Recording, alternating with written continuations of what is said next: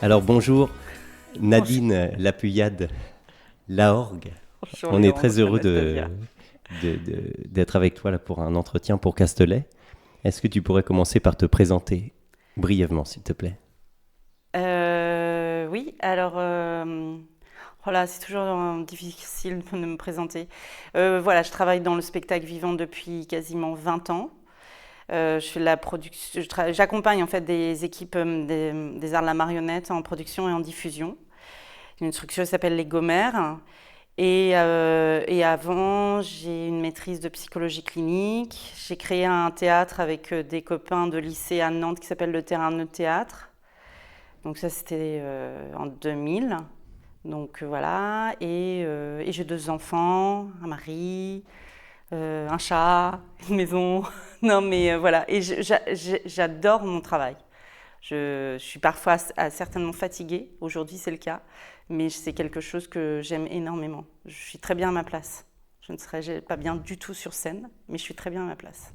Super, ça tombe bien, on va pouvoir parler de tout ça, Ouais. de, de ton métier entre autres, et aussi de Théma, parce que tu es quand même vice-présidente de Théma. Mm. Donc on va pouvoir parler un peu de tout ça. Et ben on peut commencer par le passage, comment tu passes de la psychologie à la, Eh ben, à ah oui, alors, l'accompagnement, ou tu passes par le fait de jouer d'abord? ouais, j'ai une maîtrise de psychologie clinique parce qu'au départ, depuis toute petite, je voulais être institutrice maîtresse, professeure des écoles. Et en fait, compte, j'ai passé 3 fois le concours et je l'ai pas eu. Et donc je me suis dit bon alors qu'est-ce que je fais en parallèle, c'était les emplois jeunes. J'étais emploi jeune dans un collège, donc le concours d'instit ça fonctionne pas. Je passe le concours d'éducateur protection judiciaire de la jeunesse. Et là, ça fonctionne. Et ce que je voulais dire en parallèle, c'est qu'on a monté le théâtre avec des copains de lycée à Nantes. J'étais la présidente de l'association et j'ai le concours. Et en même temps, je peux mettre en place un emploi jeune dans le théâtre. Donc, je fais quoi? Et il y avait deux emplois jeunes. Un, moi, je faisais l'administration du lieu et je faisais la diffusion de la compagnie de théâtre. Et là, on est sur du théâtre et pas des arts de la marionnette. Et un deuxième pour la programmation, pour un copain et tout. Et au lieu de choisir éducateur de la protection judiciaire de la jeunesse, j'ai choisi le théâtre. Donc voilà, je suis partie sur un choix, un coup de cœur ou autre, parce que j'avais été bénévole dans différentes associations culturelles. C'était soit la culture ou le social. Et donc voilà, partie pour quelques années en emploi jeune dans le théâtre. Et puis, bah oui, le perso et le professionnel se relient. J'ai rencontré le père de mon fils qui est venu jouer dans ce théâtre. Et lui, il habitait à Lorient. Je suis allée à Lorient habiter un moment. Et puis, c'est là où j'ai rencontré Scopiton et compagnie et le Bouffou Théâtre. Et donc, je suis rentrée dans les arts de la marionnette, quoi, en fait. Donc, j'ai travaillé pendant 9 ans avec Scopiton et compagnie. Et après, une amie, Laurence Ménère, qui était avant directrice adjointe du TJP à Strasbourg, avait créé les Gomères avec Véronica, une autre copine. Et quand elle est partie à Strasbourg, elle m'a relaissé la structure et est partie sur l'accompagnement de production-diffusion. Je ne sais plus trop si je réponds à ta question. Non, non, c'est très bien, c'était Donc passé voilà, de... Voilà. voilà. Et donc maintenant, tu travailles au sein des Gomères, Ouais, et vous êtes toute seule, vous ouais, êtes... alors, oui, je suis toute seule. C'est intitulé directrice. Je suis directrice de production. J'ai quelqu'un au niveau. J'avais quelqu'un qui fait la comptabilité. J'ai quelqu'un qui fait la paye, une amie que je connais depuis 25 ans qui fait tous les salaires. Quelqu'un un peu en communication, mais je manque un peu d'une personne supplémentaire sur la com et tout. Et il est vrai que je suis toute seule. Alors, pour le travail d'accompagnement, diffusion, production, mais les compagnies avec lesquelles je travaille, ça a des stades différents, quoi, en fin de compte. Il y a un investissement différent au niveau du temps, au niveau aussi financier, et je m'y retrouve, quoi, en fin de compte, quoi. Soit je fais que des missions de diffusion, soit mission et production, soit que production. Oui, c'est ça, on va parler un peu Ouais. plus en détail Donc, pour comprendre qu'est-ce que tu entends par tous ces à différents diffusion et pôles qui production, sont pas ouais. forcément Mm. clairs pour tous nos Ouais, auditeurs. Et tant mieux, on va ouais. avoir le temps Du coup, tu travailles au sein de cette compagnie, tu as un emploi, tu es en Je suis, CDI, tu es en je CDD, suis intermittente du spectacle. D'accord. Je suis à l'annexe Donc tu es 10 et technicienne, voilà, directrice de directrice de production. production. Voilà, c'est un niveau cadre, quoi, en fait. Oui, oui. Que j'ai, voilà. Donc, Et tu accompagnes, du coup, au sein des Gomères, combien de structures?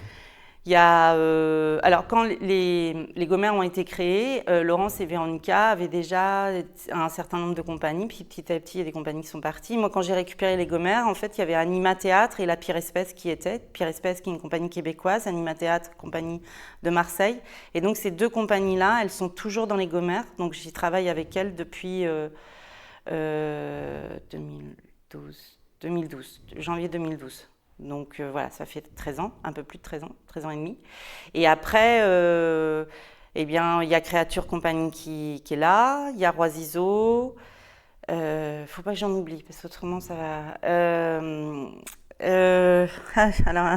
Alors, je vais reprendre. Donc La Pire Espèce, Anima Théâtre, Roisizo, Créature Compagnie. Ah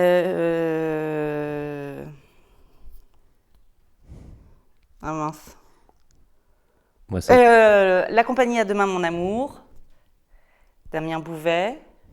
Mais là, on n'est plus trop sur la Marion, plutôt sur le jeune public. Mais voilà.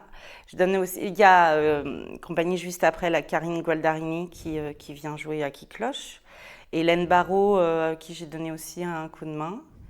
Et en conseil. Et je crois que c'est bon. Oui, c'est une 7-8 compagnies Ouais, 7-8 compagnies, ouais, à peu près. qui demandent évidemment pas tous la même charge de travail. Ouais, Et... par exemple, sur La Pire Espèce, c'est une compagnie québécoise. Ils ont aussi... et généralement, toutes les compagnies, elles ont une structure administrative. Voilà, moi, je suis vraiment en prestation de service, quoi, on va dire ça. Oui, c'est ça. Ça passe Donc, par les Gomères, je facture pour certains. D'autres me payent en direct, en salaire, en cachet, mais... Et donc, La Pire Espèce, par exemple, c'est que de la diffusion en France ou en réseau francophone. Donc, oui, c'est ça. Eux, ils ont leur structure au Québec et ils font appel à toi pour faire de la diffusion quand ils viennent jouer. Ouais, voilà. Donc, voilà. Ouais, c'est... Super. Et donc, les missions sont aussi différentes selon les personnes. Il y a des missions différentes où tu fais toujours production, ou ça dépend des gens? Non, ça dépend. Comment tu accompagnes? Par exemple, là, le Roi Zizo, jusqu'à présent, c'était que de la diffusion. Guylaine part sur un nouveau projet pour 26-27, donc on est en train de travailler sur la production.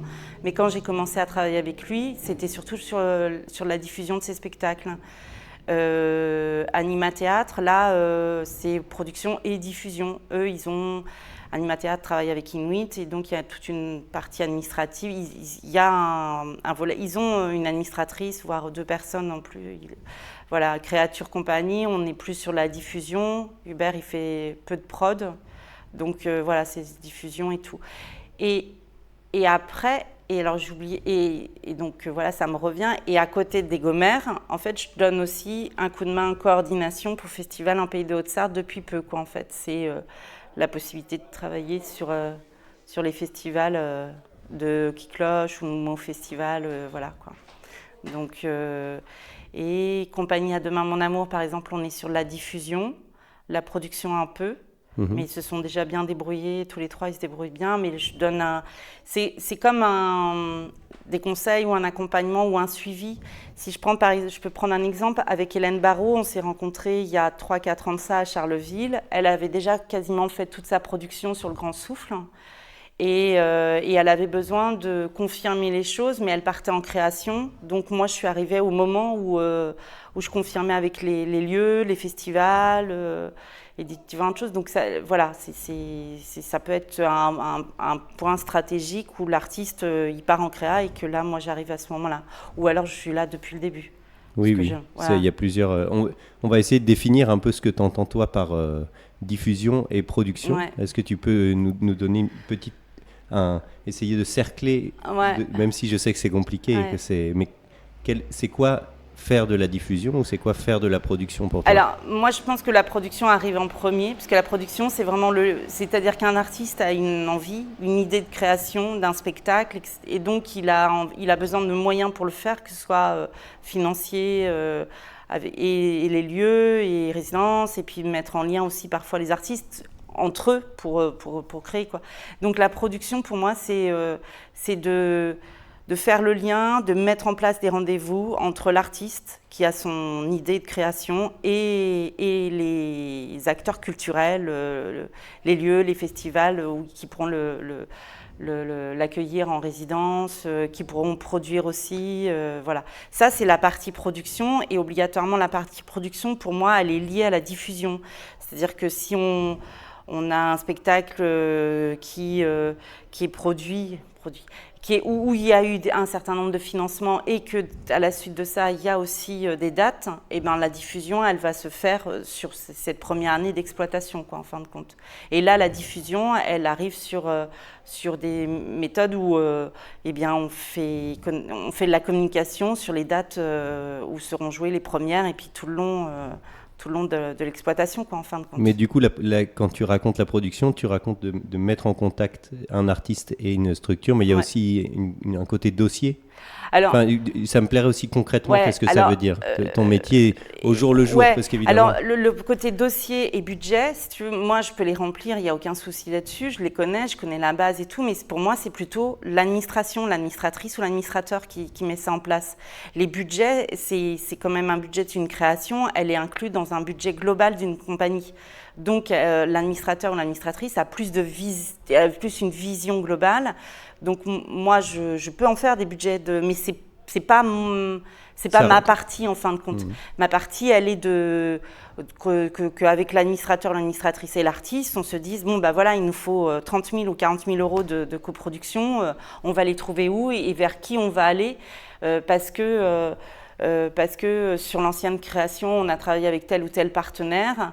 Là, on va essayer d'aller revoir ces partenaires-là, mais on va en trouver d'autres, parce que, en fin de compte, le thème que tu mets en le thème, l'histoire et tout va plus parler à tel lieu qu'à tel autre, et donc voilà, et on va partir là-dessus, en fin de compte. Pour moi, là, c'est pour ça que les trois blocs les trois métiers sont intéressants et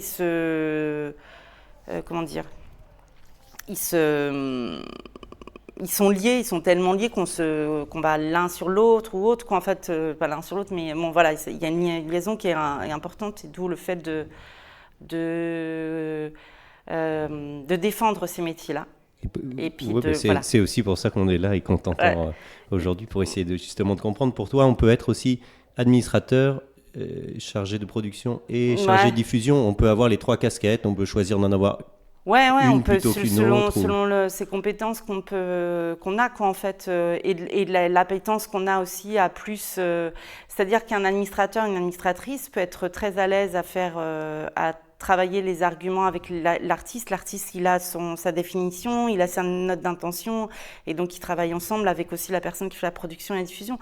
Très à l'aise à faire les dossiers et puis le budget. Et après, est-ce que c'est pas c'est-à-dire que moi, de mon côté, ce qui m'intéresse, c'est le fait d'avoir la relation avec l'artiste et de comprendre où il veut en venir et de ce qu'il a envie et de ce qu'il souhaite présenter au public, en fin de compte, et donc de me dire, tiens, je pense à telle personne de tel lieu, etc. C'est la relation humaine. Un administrateur et administratrice peuvent avoir ça, mais il y en a certains certains et certaines, c'est plus compliqué. Oui, c'est ça, alors que moi, ça ne me pose pas de problème. C'est-à-dire que j'aime ce métier parce qu'il y a un contexte de relations humaines, que c'est jamais pareil, et que je suis en déplacement aussi, que je rencontre d'autres artistes, d'autres spectacles, et que il y a un contact, en fait, qui me plaît. Je suis malheureuse, entre guillemets, quand je suis trop malheureuse. Quand je suis trop chez moi, À un moment ou un autre, c'est la respiration que je peux avoir, justement, à être à la rencontre, alors que certains et certaines, c'est plus compliqué, Oui. Et l'attaché de presse, là-dedans, tu le mets où ? Même si en marionnette, il n'y a pas forcément d'attaché de presse, mais je veux dire, dans l'écosystème des métiers de l'accompagnement. Moi, c'est avec la diffusion. Oui, c'est le même... je mettrais avec la diffusion, en fait. Mais bon, j'ai jamais eu trop de contact avec des attachés de presse. Oui, c'est vrai qu'en marionnette, on n'a pas cette habitude-là. Non, on n'a pas cette habitude, oui. Et puis c'est compliqué, parce que faut avoir un sacré réseau. Bon, voilà, c'est un métier à part entière, en fin de compte, c'est attaché de presse. Mais c'est comme la diffusion, la production, l'administration. Mais oui, je le mettrais à côté de la diffusion, en fait. En parallèle, c'est la communication. Il y a un autre élément, il y a un autre métier.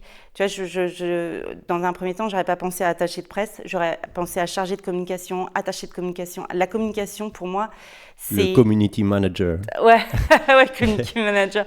C'est un métier qui est important au niveau de la production et au niveau de la diffusion. Si tu arrives à bien communiquer, et en plus, dans le contexte actuel, à l'heure actuelle, il faut arriver à communiquer dans différents réseaux. Si tu as un site, si tu as des dossiers qui sont clairs et précis, des mails précis, des newsletters, des invitations claires, ça sera plus simple pour communiquer et donc parler de ton travail, quoi, en fait. C'est là-dessus...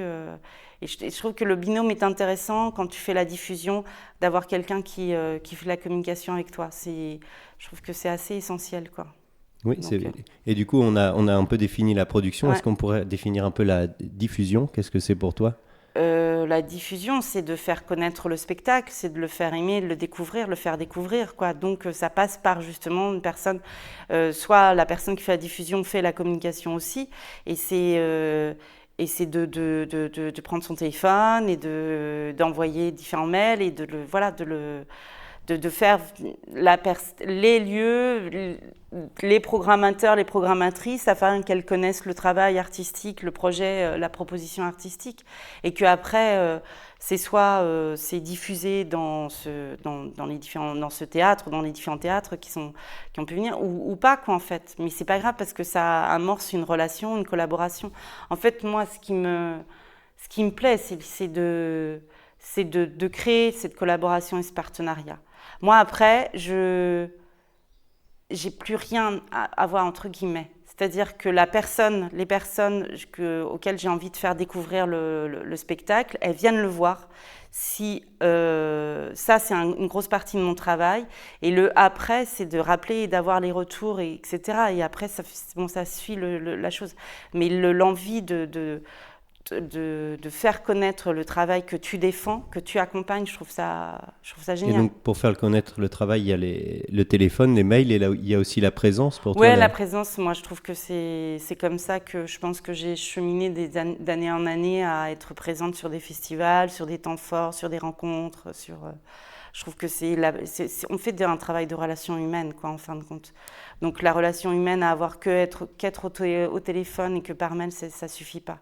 C'est essentiel de rencontrer. C'est un être humain qui est en face de nous. C'est un être humain qui vient voir les spectacles et qui peut les programmer ou les accueillir ou les inviter dans son théâtre ou dans son festival. C'est une personne comme toi et moi et dont voilà, qu'il faut apprendre à connaître et qui doit aussi apprendre à te connaître, etc., quoi. Donc, et je trouve que là, au fil du temps, les connivences que j'ai le plus avec certains programmateurs et programmatrices, c'est parce que petit à petit, y a un lien qui s'est créé, pas artistiquement parce que ce que je défends, ça peut être aimé, mais il y a une relation qui s'instaure et on n'est pas amis avec tout le monde non plus, quoi. Donc voilà. Oui, super. Et maintenant, on va essayer de voir ton point de vue sur l'artiste et comprendre. Du coup, pour toi, l'artiste, c'est quoi son endroit à l'intérieur de ça ? Ah, mais l'artiste, il est au centre de tout ça, en fin de compte. L'artiste, je veux dire, moi, je suis pas à grand-chose si je défends pas, si j'ai pas de proposition artistique à défendre et que j'aime et que je veux faire découvrir. C'est pas moi qui crée. Moi, il y a des moments, alors, je crée la rencontre. Et je crée, entre guillemets, des petites choses que je peux mettre en avant par mail ou des petites... mais c'est... et puis, j'ai oublié quand même un élément important, c'est de faire découvrir ce travail artistique à des lieux ou autres, mais c'est parce que l'artiste doit rencontrer le public, quoi, en fin de compte. C'est peut-être la base, quoi, en fin de compte. Moi, je suis juste un lien, je sais pas comment dire, d'autres, quoi, en fait. Il y a une connivence, voilà, c'est ça, c'est une relation. Mais l'artiste, il est... Ouais, Mais du coup, c'est un peu pour essayer de comprendre. Ouais. Toi, t'es lié plutôt à un spectacle, à un artiste, à une compagnie, parce que tout ça, c'est des réalités aussi différentes. C'est-à-dire, on peut avoir un spectacle qu'on a envie de diffuser, ou un artiste qui a besoin de faire une production. Ouais. Comment tu organises, toi, dans ta tête, tous ces différents niveaux qui existent au sein d'une compagnie? Ouais. L'artiste, c'est comme si je disais les métiers de l'accompagnement. Ouais. À l'intérieur, il y a plein de réalités. Ouais. Comment ça s'articule pour toi? Alors, en fait, moi, je pense qu'avec le temps, là, je pourrais le dire, parce que je pourrais dire que j'accompagne pas que des spectacles. Je pense que j'accompagne... on va laisser le mot accompagnement, parce que si quelqu'un qui a sorti ça lors d'une rencontre, je vais le dire, parce que j'ai trouvé ça... Quelqu'un qui fait le travail de diffusion, production, qui a une maison... Et qui disait, moi, j'accompagne pas... J'aime pas le mot accompagnement, parce que, en fait, je suis pas... je suis pas un guide pour un chien. Je guide pas, j'accompagne pas, quoi. Il n'aimait pas ce terme d'accompagnement. Donc, en fin de compte, moi, je diffuse pas qu'un spectacle. Je pense que je diffuse où j'amène un artiste avec ses envies artistiques, son imaginaire artistique lui-même, quoi, en fait. Parce que là, si je prends les exemples des différentes compagnies avec lesquelles je travaille, j'ai pas arrêté avec une compagnie parce que le spectacle avait été plus fragile et qu'il avait été moins bien accueilli, etc. J'ai continué avec l'artiste ou autre, quoi. C'est pas parce que d'un seul coup un artiste a plus de difficultés ou qu'il se trouve face à une fragilité artistique que d'un seul coup, moi, je vais partir. Non, mais les collaborations qui ont pu se terminer, c'est parce que c'est pas seulement artistique où ça a été plus possible, c'est parce que humainement, je crois que on avait fait c'était la fin. Il fallait que ça s'arrête. Pour moi, il fallait que ça s'arrête et que je préférais arrêter ou que l'artiste dise que... Donc, je sais pas si je réponds bien à ta question. C'est pour moi, petit à petit, je défends je défends bien sûr et j'accompagne bien sûr des propositions artistiques, mais c'est aussi un artiste aussi avec tout ce qu'il a autour de lui. Oui, de toute façon, comme pour le programmateur, il y a aussi un travail, il y a aussi une humanité. Ouais, bien sûr. Mais ce que je veux dire, c'est que on est sur une humanité et on est sur s'il y a une fragilité, c'est pas parce qu'il y a une fragilité que d'un seul coup, moi, je vais arrêter, etc.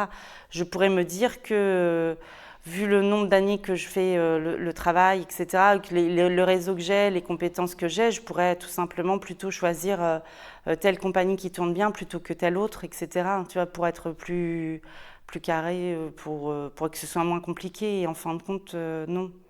En fin de compte, l'histoire, elle se fait parce qu'il y a une rencontre humaine et parce qu'il y a une rencontre artistique. Les deux sont tellement liés que je ne pourrais pas faire l'une sans l'autre, quoi, en fin de compte. Mmh. Donc. Super. Et est-ce que tu connais un peu l'histoire de ces métiers de production, diffusion? Quand est-ce qu'ils apparaissent? À quel moment ils apparaissent? À quel moment ils se métamorphosent? À quel moment le mot se concrétise? Parce qu'évidemment, depuis la nuit des temps, on a dû... un spectacle a besoin de tourner. Je pense que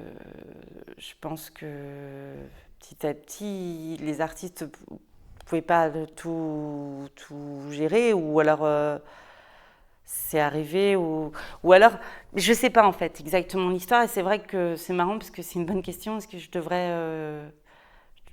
m'y référer à certains moments, mais peut-être que ce sont aussi des personnes comme moi qui à un moment l'artiste il ne pourrait pas être sur scène ou n'ont pas envie d'être sur scène. Moi, je suis pas frustrée, je fais pas ce métier-là parce que je suis frustrée, parce que je suis pas sur scène, et que ces personnes ont préféré justement être présentes, mais autour, quoi, en fait. Alors on est autour, on est avec, on est à côté, et parfois on est dans l'ombre et tout, mais ça fonctionne aussi, quoi. En fin de compte, c'est que tu apportes ta petite pierre à l'édifice pour présenter, pour te faire découvrir. Donc, mais je trouve que depuis quelques années, on revendique, et c'est super important, ces métiers-là.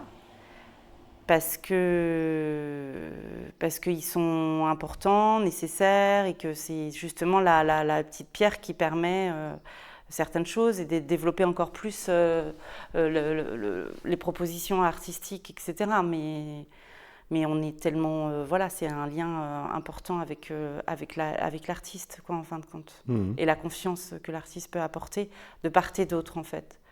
L'artiste a confiance dans le travail qu'on fait, et nous, on a confiance dans ce qui peut être comme relation, et aussi de ce qui peut être sur scène aussi, quoi. Et au niveau de une compagnie qui n'aurait pas de moyens pour engager, parce que dans les dires, ça paraît très beau d'avoir quelqu'un qui s'occupe de notre communication, quelqu'un qui s'occupe en tant que compagnie. Pour toi, est-ce qu'il y a un endroit où c'est possible dans notre monde actuel, hein, pas en général, mais dans notre monde actuel, de pouvoir se passer, pas forcément de ces métiers, mais de ces compétences-là? Bah oui, puisque ça existe. Parce qu'on le sait bien, économiquement aussi, c'est compliqué, quoi, Économiquement, si tu arrives à déjà créer et à payer les gens qui sont sur scène, ou les techniques, c'est qu'à un moment ou un autre... D'une manière ou d'une autre, dans les budgets de production, dans le budget de création, à un moment, si tu n'as pas assez de moyens, il y a un métier ou deux qui vont partir, qui te mettent à la trappe, c'est la production, c'est la personne qui est capable de faire la production et les budgets ou autre, quoi, en fin de compte. Par rapport au futur, comment tu vois cet endroit de fragilité de ces métiers?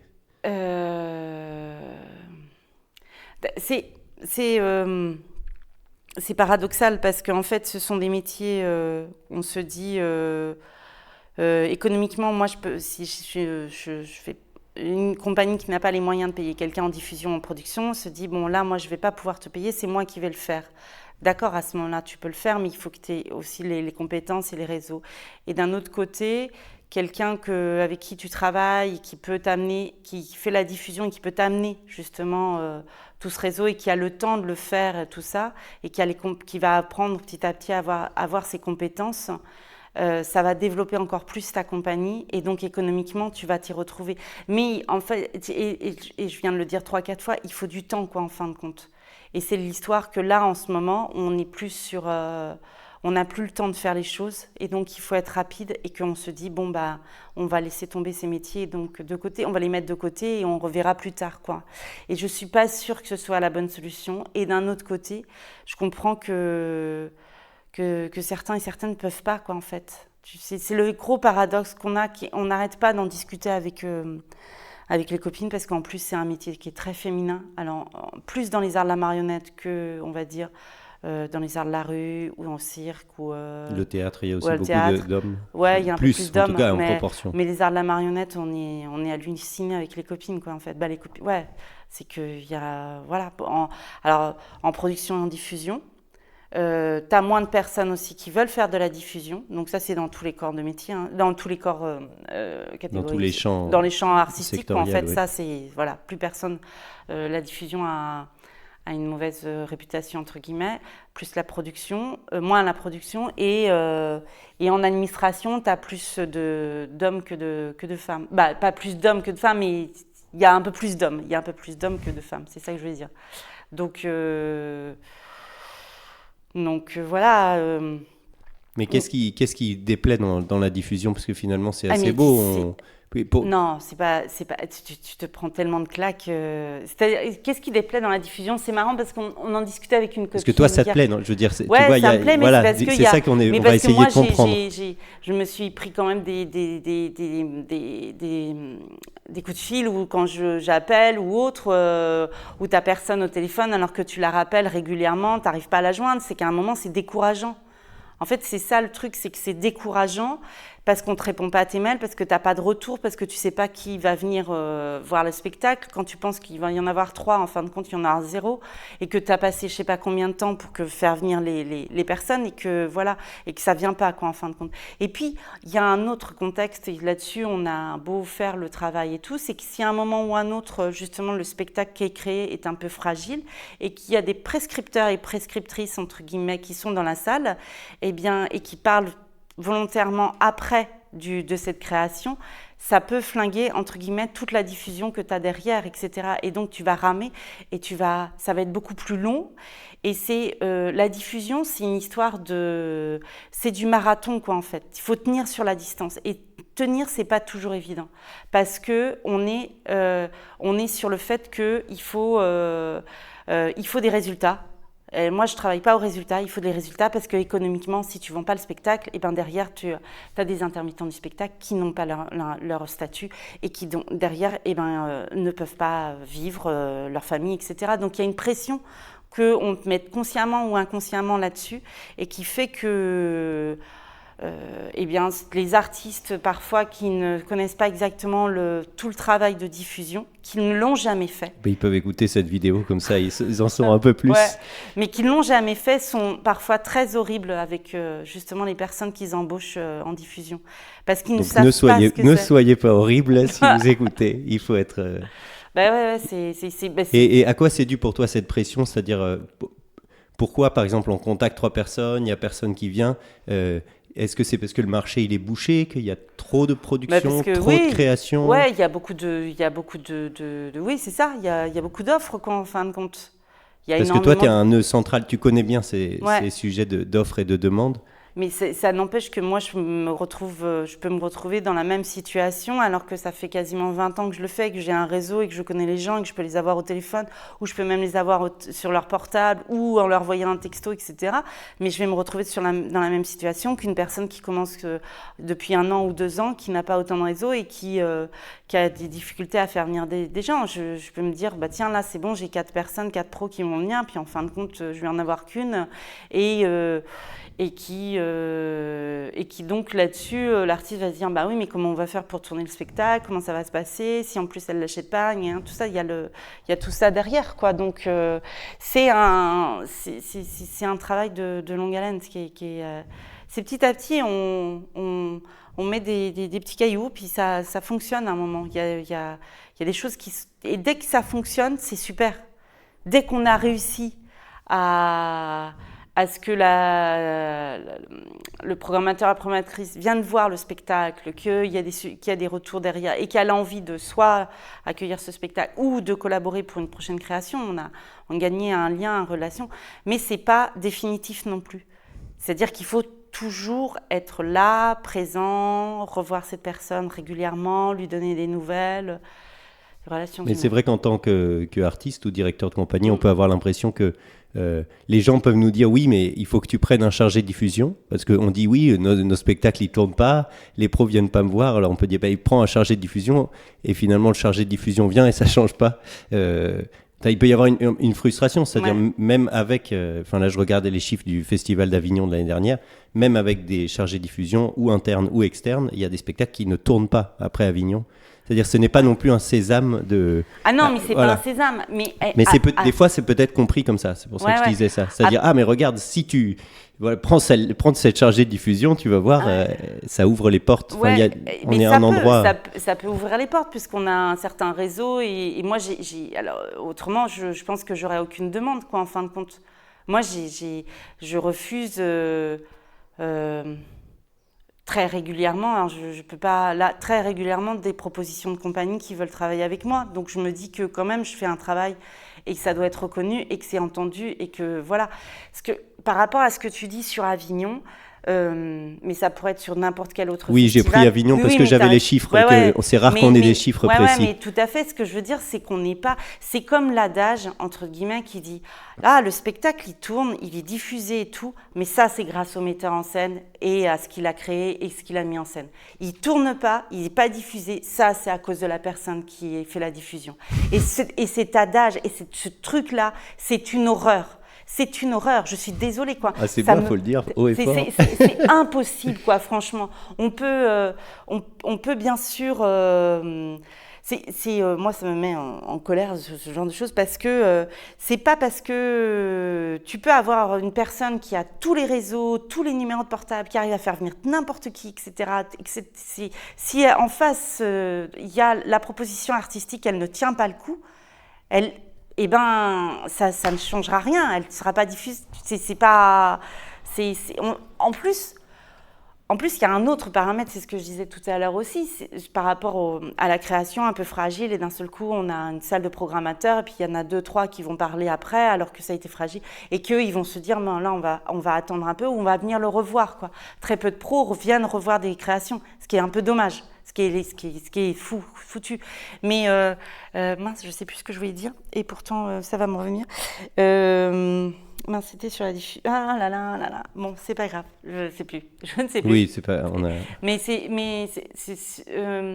cette histoire de diffusion, c'est bon, c'est pas grave. Non, mais si ça te revient, on aura le. J'aimerais juste parler un peu de ce que tu as dit, le réseau. Tu as parlé de réseau, et je trouve que c'est très intéressant. Je pense que c'est pas forcément bien compris. Est-ce que tu peux faire un petit point de qu'est-ce que c'est se construire un réseau? Pour toi, quand tu dis « moi j'ai un réseau », qu'est-ce que tu entends par là? Un réseau, c'est comment dire? Parce que pour plein de personnes, ça peut être j'ai la liste des pros de je sais pas où. Mais c'est pour ça que je sais que c'est différent, mais j'aimerais bien que tu explicites ça. Un réseau, c'est parce que ce sont des personnes qui vont répondre à ton mail, qui vont te rappeler, qui vont répondre à des textos, qui vont te dire bonjour dans un festival. C'est ça, le réseau que tu te construis petit à petit. C'est-à-dire que moi, j'ai un... D'où le marathon, le terme de marathon. Ouais, d'où le... Et encore, il y en a qui partent, qui reviennent, ça change. C'est ça. Donc là, tu changes. Et donc, moi, j'ai un listing... J'ai un listing de noms de théâtre avec des noms de programmateurs, de programmatrices, avec leur mail, leur téléphone, etc. C'est organisé comment pour toi? Moi, je le fais par région, en fait. Je les ai par région, mais je suis sur FileMaker, mais je pense que c'est pas le bon outil. Il faut que je change. Mais peu importe, c'est-à-dire que, mais ça, moi, ça me pose aucun, bon, ça ne regarde que moi, ça ne me pose aucun souci de transmettre à des gens que j'aime bien ou qui me demandent, tiens, j'ai besoin d'un tel contact, j'ai pas le mail direct et tout. Ça reste un mail. Ça ne reste pas une relation, donc ça ne reste pas un réseau. C'est ça que je veux dire. Oui, mais je pense que c'est bien d'expliciter. En fait, c'est la relation que tu as avec la personne qui est importante. Tout le monde a, par exemple, comme ça me vient à l'esprit, parce que tout le monde doit plus ou moins avoir le mail d'Anne Decour. En plus, il est sur leur site, etc. Mais ça ne sert pas à grand-chose si Anne Decour ne te répond pas, ou n'importe quel autre, ou Isabelle Berthola et tout, s'ils ne te répondent pas derrière, quoi, en fin de compte. Tu as un mail, c'est chouette, mais c'est le réseau que tu as, ou la relation, en fait. Réseau, oui, c'est la relation que tu as inscrit, que tu as écrit, que tu fais au fil des années, d'où le marathon, quoi. Et pour toi, le réseau marionnette, pour parler un peu plus spécifiquement marionnette, c'est combien de personnes? Combien de lieux Alors, moi, par exemple, tu vois, j'ai un fichier où j'ai mis un fichier Mario. Donc, voilà, c'est les lieux latitude, c'est les lieux de compagnie qui a missionné pour le compagnonnage. Et après, c'est aussi les lieux ou les festivals qui ont une appétence pour la marionnette, qui programment de la marionnette, qui sont plus pluridisciplinaires. Et eux, je les oublie pas, et ils sont c'est un peu national, quoi, en fait. Et ça fait combien de personnes? C'était juste pour avoir un ordre d'idée de combien tu arrives à gérer, toi, en tant qu'humaine, c'est absolument pas de contact. Ouais, c'est absolument ça veut pas dire exhaustif. Que c'est exhaustif, c'est non, toi. Non, et puis les relations sont différentes d'une personne. Il y a des relations que j'ai plus avec une qu'avec d'autres. À peu près, ça fait 200, un peu plus, 250 personnes. Et là, tu vois, dernièrement, j'ai appris qu'il y en avait d'autres, tu vois, donc... mais après, moi, j'ai les noms de théâtre, un réseau en fait par région qui est plus important, bien sûr, quoi, en fin de compte, que je dois faire venir, que je prospecte, Oui, il y a des régions où tu es plus implanté, où tu connais plus le... ouais, en fait, en travaillant avec des compagnies de différentes régions, comme par exemple, j'ai beaucoup travaillé en Bretagne, donc je connais bien en Bretagne. Comme je suis née dans les pays à Nantes, les pays de la Loire, je connais pas mal. Là, la Normandie, là aussi, dès le moment où j'ai travaillé avec une compagnie dans une région, le territoire est super important, donc je connais un peu plus ce territoire. Et le PACA, ça fait 12-13 ans que je travaille avec Anima, donc le Sud, je connais aussi bien. J'ai oublié compagnie Tac Tac, Clément et Marie, ils vont pas être contents, mon Dieu. Ça va, ils arrivent là, voilà. Ils sont tout seuls, alors ça va. Ils vont pas. Donc voilà, et voilà, eux, c'est parce qu'ils sont en Occitanie. En fait, j'aurais dû faire par région, et puis ça aurait été... voilà, mais c'est ça qui est intéressant, c'est de travailler sur le territoire, de travailler sur le territoire de la compagnie avec laquelle que tu accompagnes et que petit à petit, tu tisses une toile d'araignée. Et est-ce que du coup, t'as aussi, à la production, tu as aussi des rapports avec les administrations publiques, les DRAC, les conseils départementaux. Ouais. Ceux-là, en production, tu vas voir ces gens-là aussi quand tu accompagnes une compagnie. Ou ces rendez-vous-là, tu n'es pas forcément convié. C'est plutôt les administrateurs et administratrices. Hein. Ouais, je suis moins conviée sur ce genre de choses, sauf quand... Là, dernièrement, j'étais avec la compagnie À Demain Mon Amour. Il y avait l'oral du conventionnement. J'étais avec eux quoi, en fait, avec Mila, Pierre et Guillaume. C'est super. C'est une grande messe de 27 personnes sont autour de toi. Ça dure 20 minutes, une demi-heure. C'est pas facile. On essaiera de faire un entretien avec des gens du ministère. Oui. On a des contacts déjà pour faire ça. On va pouvoir faire une bifurcation parce que je ne sais pas à quel point engagé, je ne connais pas bien, mais tu vas nous dire sur les B.A.B.A. qui sont un dispositif de théma qui existe depuis une dizaine d'années. Je crois qu'il y a eu une pause et qui a repris. Est-ce que tu peux nous dire en 2 mots ce que c'est que ce dispositif ? C'est un dispositif solidaire interprofessionnel. En fait, c'est Claire Giraud qui était au CA avec moi il y a quelques années de ça, qui a eu cette idée. Elle m'en a parlé sur l'accompagnement des personnes qui sont autour des artistes, administration, production, diffusion. Donc on l'a appelé B.A.B.A. parce que je ne sais plus comment c'est venu ce nom. Est-ce que c'est Claire ou autre ? Bon, voilà. Et on s'est dit, il y a un manque sur le fait de faire reconnaître ces métiers. Et aussi de le faire reconnaître, donc de l'expliquer, donc de définir quoi en fin de compte. Et cette idée de mettre en place des plénières 3 fois dans l'année et ce tutorat surtout, c'était essentiel quoi en fin de compte. Et on s'aperçoit que, comme tu dis Léandre, ça fait quasiment 10 ans et que il faut continuer à le faire quoi en fin de compte. Alors nous on est vraiment on a, avec le fil avec les années, on s'est aperçu aussi que, tu vois, depuis quelque temps, il y a des formations qui sont mises en place par des bureaux de production, comme les sémillantes, Acteurs et tout, qui sont plus, elles sont pas qualifiantes, je sais pas trop, mais il y a un tutorat plus important, c'est pris en charge par l'AFDAS. Nous, on est vraiment sur un premier accompagnement pour aller justement sur une formation plus importante pour les personnes qui font ces métiers, quoi, en fait. Et est-ce que vous avez des retours des gens qui étaient là dans les premières années, qui sont toujours à vos côtés maintenant ou en fait, il y a un retour Oui, c'est-à-dire que certes, c'était il y a une dizaine d'années, et des personnes... En fait, les B.A.B.A. à Théma, on les a repris depuis 2 saisons, et on est un groupe de travail, un copil, donc que des femmes. Et dans on est quoi, 8, 9, et dedans, il y en a 3 qui étaient avant tutorés, qui ont eu le B.A.B.A. en fait, qui ont eu le droit, pas ça, mais voilà, il y a eu la possibilité de faire le B.A.B.A. et elles étaient tutorées et maintenant elles sont tutrices, quoi, en fin de compte. Donc avec les années, c'est du bénévolat. C'est du temps qu'on prend et qu'on aime et voilà, c'est du temps qu'on prend, mais comme tout bénévolat qu'on peut faire, comme je peux le faire aussi à Théma en tant que vice-présidente, etc. Mais que tu travailles pour le collectif et tu ne travailles pas que pour l'individu. Tu travailles pour le collectif. Donc c'est dans cette idée-là, quoi, en fait.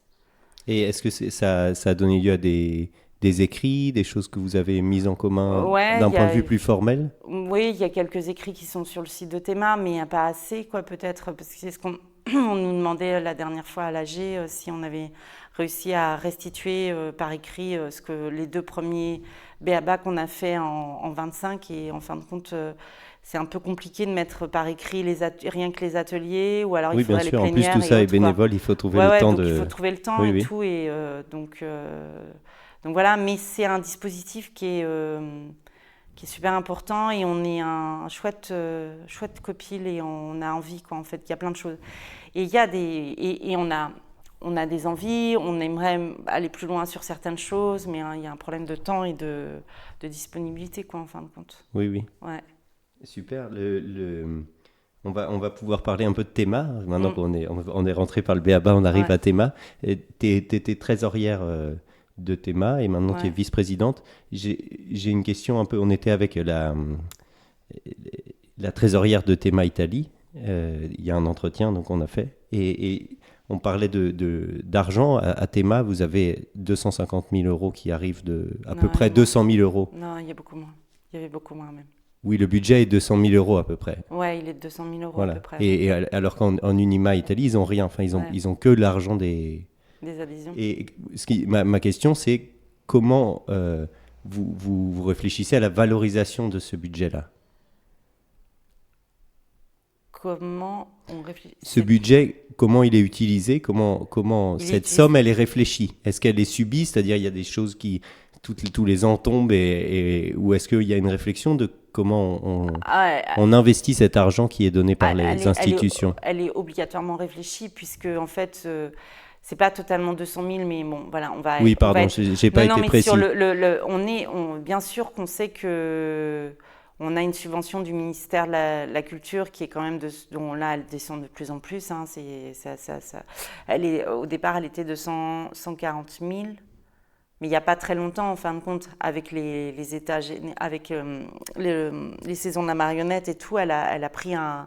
Donc les saisons de la marionnette, c'était il y a une dizaine d'années de ça. D'un seul coup, ça a monté. Là, ça redescend. Et au tout départ, il n'y avait quasiment pas d'addition. Oui, au début, c'était... tout ça. Mais ce que je veux dire, c'est que c'est un financement public. Donc toute subvention publique doit être derrière justifiée. Donc c'est ce financement. Il y a des choses incompressibles qui sont toute la partie fonctionnement, les salariés, et puis des loyers, et puis bon voilà, toutes les parties incompressibles. Et ensuite, il y a les projets que Théma souhaite mettre en place pour le collectif, pour que ce soit...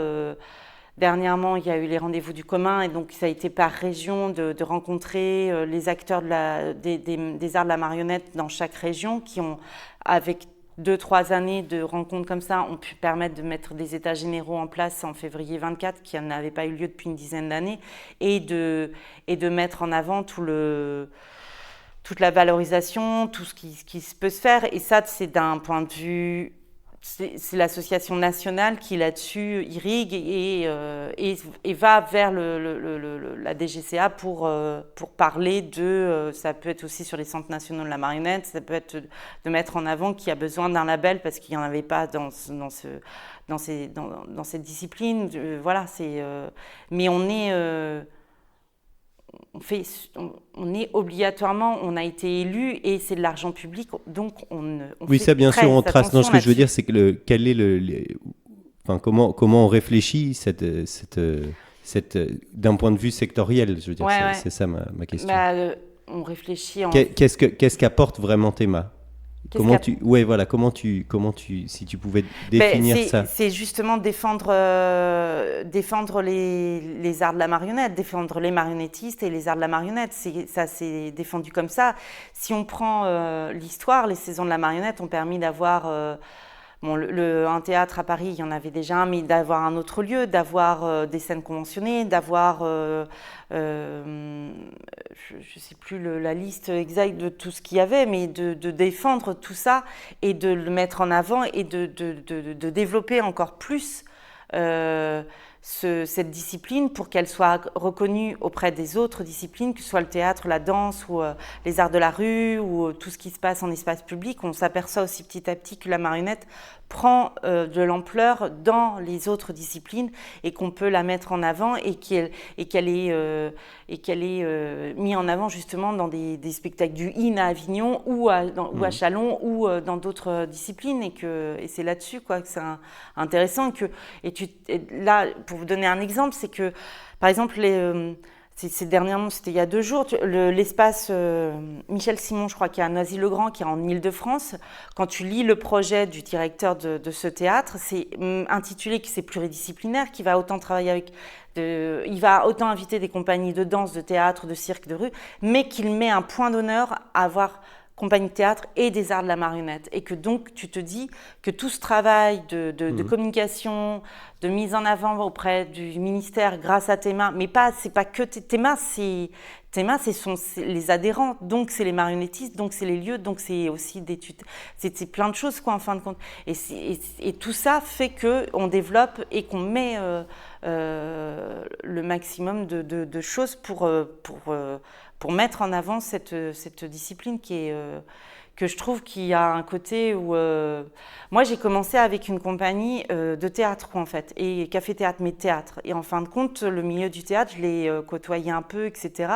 Et c'est vrai que ça va, mais petit à petit, en travaillant avec des marionnettistes, j'ai vraiment eu j'ai eu une envie, une appétence parce qu'il y avait un côté artisanat qui me plaisait, quoi, en fait, dans la construction, dans tout ça, quoi, en fin de compte. C'est ça aussi, on va mettre en avant les métiers de constructeur, constructrice. Donc, et ça n'oublie pas, justement, pour certains marionnettistes avec qui j'ai travaillé, ou avec qui je travaille, ou que je vois, ou auxquels je vois leur spectacle, c'est que, justement, ils restent, on va dire...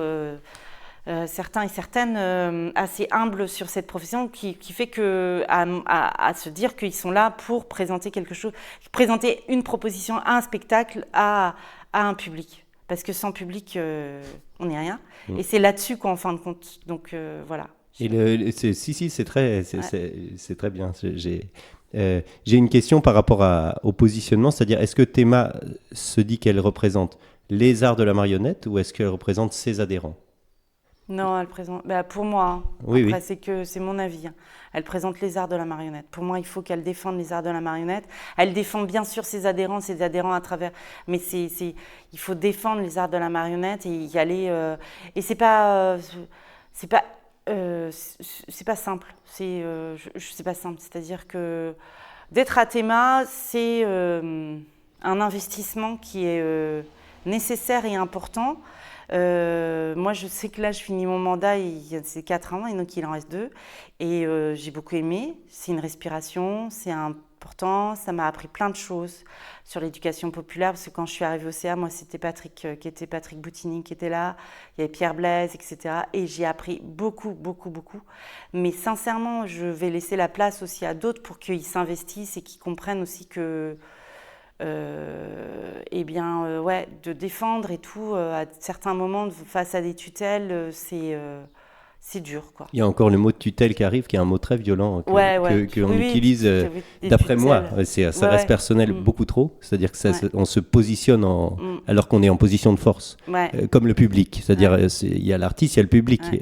Eux, ils sont au-dessus, ils gèrent, mais c'est quand même la réalité, c'est quand même. Mais je suis absolument d'accord avec toi, Léon. Si je pourrais aller vraiment plus loin, si tu veux, le truc, c'est que mais même l'écosystème, on va dire l'écosystème autour de vous en tant qu'artiste, je veux dire franchement, si vous n'êtes pas là, si vous créez pas, moi je fais partie de cet écosystème. Ils sont pas là. Ils n'existent pas, quoi, en fin de compte. C'est-à-dire que c'est quand même l'œuvre marionnettique ou l'œuvre artistique et tout qui est là, qu'il faut défendre, qu'il faut présenter à un public et qu'il y a ce lien, ce chaînon, tout ça, mais on le fait avec l'écosystème, ils le défendent. Bien sûr que dans l'écosystème, des personnes le défendent les arts de la marionnette, défendent des artistes, etc. Il n'y a pas de souci. Mais le centre des choses, c'est l'artiste et moi je suis pas une artiste donc je crée pas, quoi, en fin de compte. Donc je crée. Oui, je suis pas vraiment d'accord avec toi, mais je pense que les métiers de l'accompagnement font partie. C'est-à-dire une grosse compagnie n'existe que grâce au fait que quelqu'un tout seul ne peut pas être gros, en fait. Quelqu'un tout seul, il est tout seul. Si on veut, par exemple, imaginer une grosse compagnie, on est obligé d'être plusieurs. Mais alors, plusieurs, ça veut dire un administrateur. Oui, mais il n'y a pas une grosse compagnie. Il y a une question d'échelle, c'est-à-dire un artiste tout seul existe. Et d'ailleurs, ils sont peut-être pas beaucoup représentés parce que ils ont le temps de faire leur spectacle et c'est tout. Et ils n'ont pas forcément le temps de faire du réseau, qui est un des temps qui est... Mais ensuite, il y a des grosses compagnies qui ont plusieurs employés et eux peuvent être gros. Pas parce qu'il y a un artiste qui a un gros cerveau, parce qu'il y a une équipe derrière. C'est l'équipe qui crée la force. C'est l'équipe qui crée la...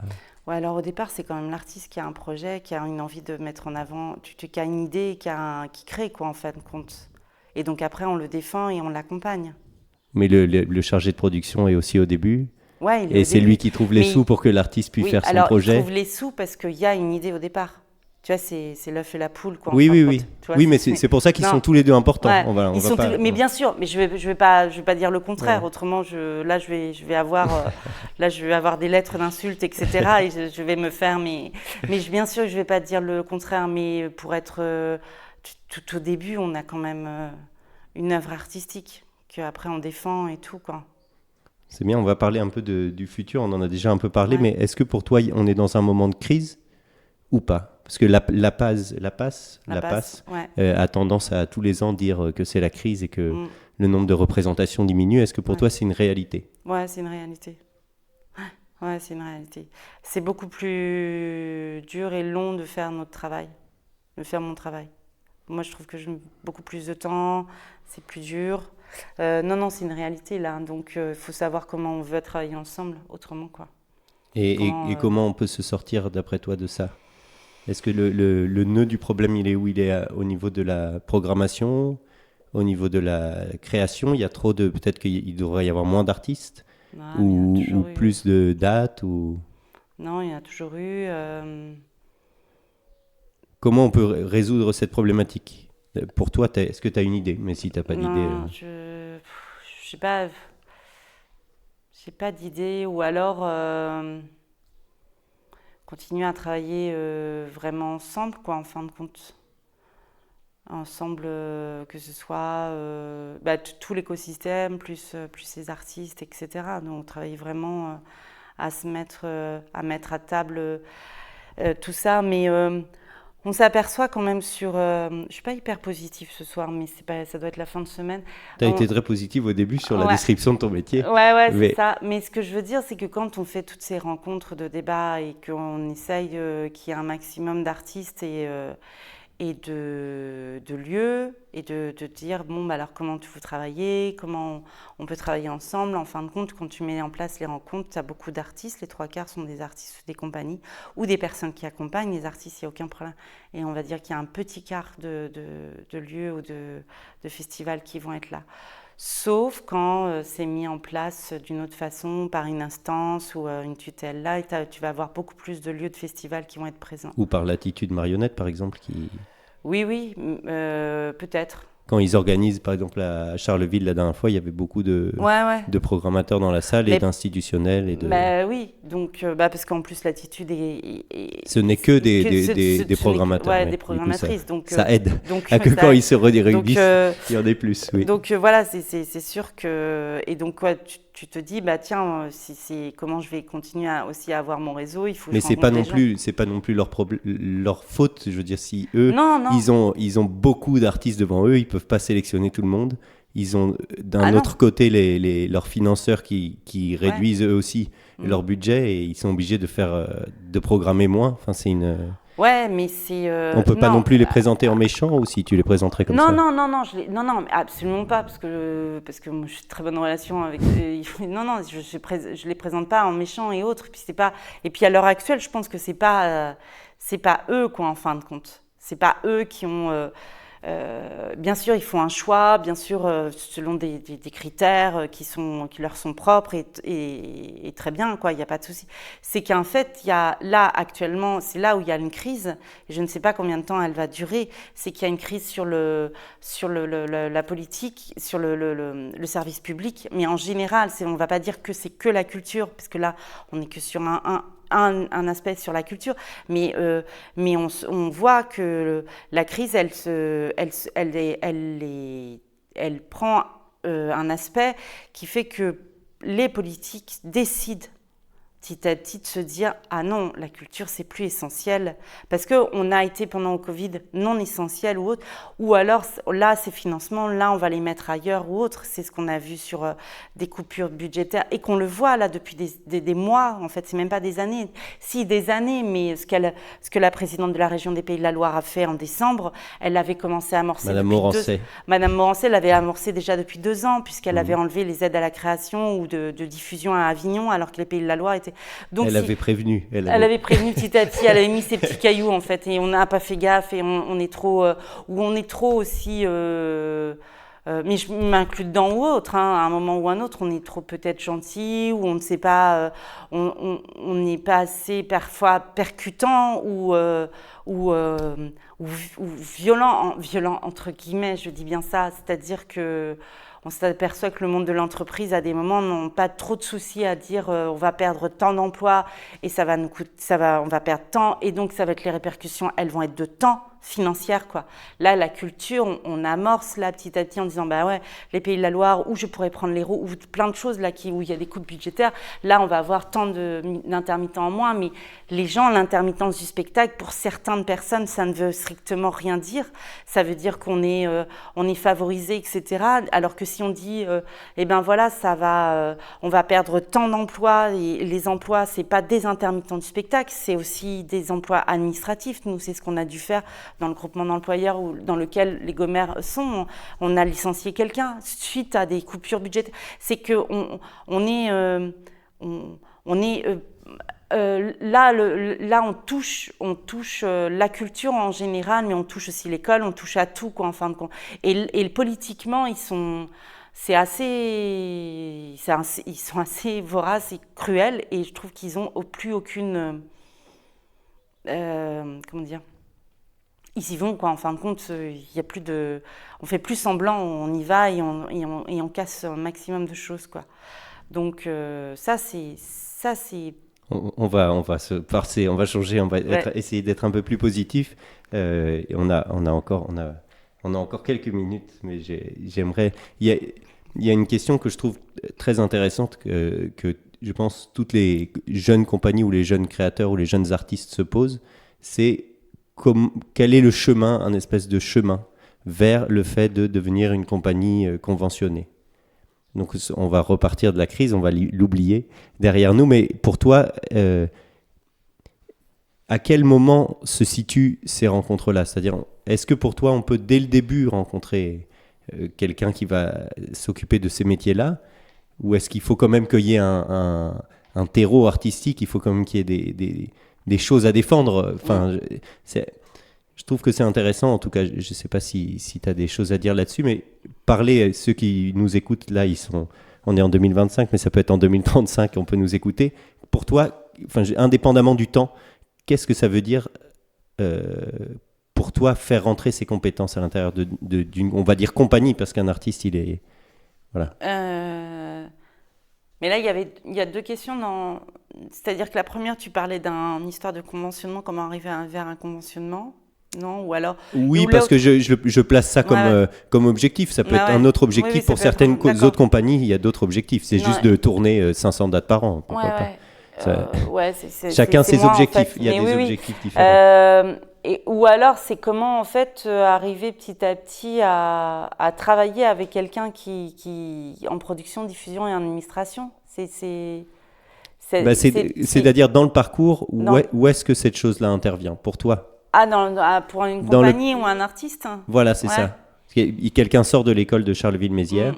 Bon, là, il a plus de chance au niveau du réseau, mais si quelqu'un sort de Lecoq et décide de faire de la marionnette, comment ça se passe d'après toi ?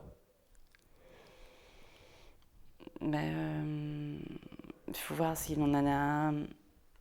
il a l'envie, la nécessité et tout.